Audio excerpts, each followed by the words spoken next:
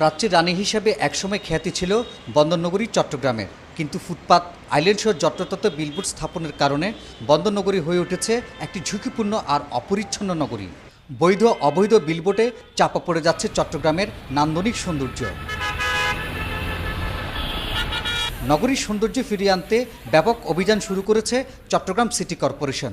উচ্ছেদ করা হয় নগর জুড়ে স্থাপন করা কয়েক হাজার বিলবোর্ড, ফলে ফিরতে শুরু করেছে বন্দরনগরীর সৌন্দর্য। চট্টগ্রামের নান্দনিকতা বাড়াতে সমন্বিত উদ্যোগ নেওয়ার কথা বললেন চট্টগ্রামের বিশিষ্টজনরা। যেভাবে বিলবোর্ড হচ্ছিল তাতে টাইগার পাস এলাকার যে সৌন্দর্য, দুইদিকে পাহাড়, পাহাড়ের মাঝখান দিয়ে রাস্তা, এটা তো দেখাই যেত না। তো সেই নগরীর প্রাকৃতিক সৌন্দর্য রক্ষা করেই আমাদেরকে নগরটাকে গড়ে তুলতে হবে। সেই জন্য ঢাকার চেয়েও এখানে অনেক বেশি পরিকল্পিত নগরায়ন দরকার। বাংলাদেশে এরকম করতে উচিত, সবাই মিলে প্ল্যান করে স্পেসিফিক জায়গায় বিলবোর্ড লাগানো হবে, আমাদের টাউনি বিউটি নষ্ট না করে। আর মেয়র বলছেন, চট্টগ্রামকে সবুজ নগর হিসেবে গড়ে তোলার কাজ শুরু হয়েছে।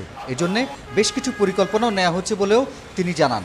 আমি শহরটাকে বিউটিফিকেশনের আওতায় নিয়ে আসবো। শহরটাকে যেহেতু গ্রিন সিটি করাটা আমার একটা এইম আর কি, এবং মোড়গুলো যেগুলো আছে এগুলো বিউটিফিকেশনের আওতায় আনবো। সৌন্দর্য বর্ধনে নেওয়া উদ্যোগ বাস্তবায়িত হলে চট্টগ্রাম পরিণত হবে একটি আধুনিক নগরীতে, এমনটাই প্রত্যাশা নগরবাসীর।